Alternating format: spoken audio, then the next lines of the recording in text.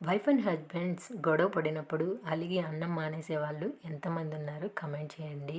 నేనైతేనండి మా హస్బెండ్ నేను ఏదైనా చిన్న గొడవ అయ్యి అలిగానే అంటే అస్సలు భోజనం చేయను తినను కూడాను. మా హస్బెండ్ అయితే నేను చేయకపోయినా చేసుకొని శుభ్రంగా తింటూ ఉంటాడు. నన్ను అస్సలు పిలవడనమాట.